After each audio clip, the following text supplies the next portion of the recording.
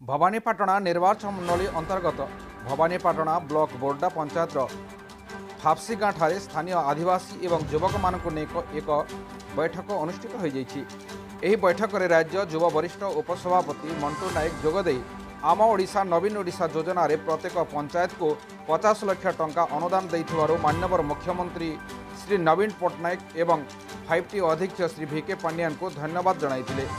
BJD संगठन तृणमूल स्तर में अधिक मजबूत और क्रियाशील करने आह्वान देवा सह माननीय मुख्यमंत्री किभली षष्ठ थर पर मुख्यमंत्री हेबे से नहीं समस्ते संकल्प नहीं। यही कार्यक्रम में बोर्डा नायब सरपंच अंजू नायक, महिला सभानेत्री विशाखा रखा, हेमलता नायक, केन्दुपाटी पंचायत युवा सभापति मुकेश छत्रिया, बोरभंडा युवा पंचायत सभापति धवलेश्वर नायक, युवनेता थवीर राणा, खुशीराम राणा, समाजसेवी त्रिनाथ साहू तथा युवा छात्र, महिला, बुद्धिजीवी और स्थानीय आदिवासी उपस्थित रही।